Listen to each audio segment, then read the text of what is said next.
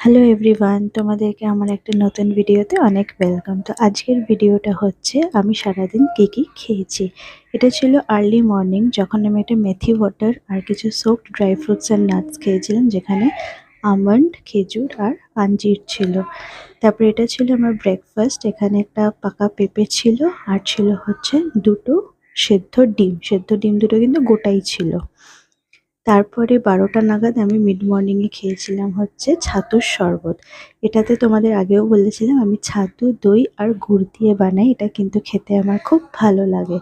চেষ্টা করেছি আমার এই পুরো ডায়েটটাকে একটু প্রোটিন রিচ রাখার, যাতে ওয়েট লসটা একটু ফাস্ট হয়। দুপুরবেলা ছিল হচ্ছে একটা রুটি, তার সাথে আলু ফুলকপির তরকারি আর ছিল হচ্ছে শসা।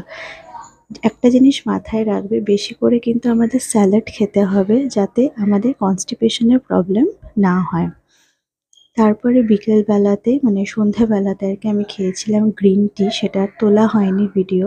আর এটা ছিল হচ্ছে পিনাট বাটার টোস্ট। এটা ভেতরে পিনাট বাটার দেওয়া ছিল আর কলা টুকরো টুকরো করে দেওয়া ছিল।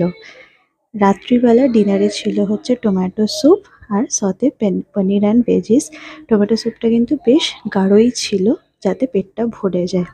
এই ছিল আমার সারাদিনের ডায়েট। তোমাদের কেমন লাগলো জানিও। ভিডিওটা ভালো লাগলে একটা লাইক করো আর চ্যানেলটাকে অবশ্যই সাবস্ক্রাইব করে দিও। সবাই খুব ভালো থেকো, সুস্থ থেকো।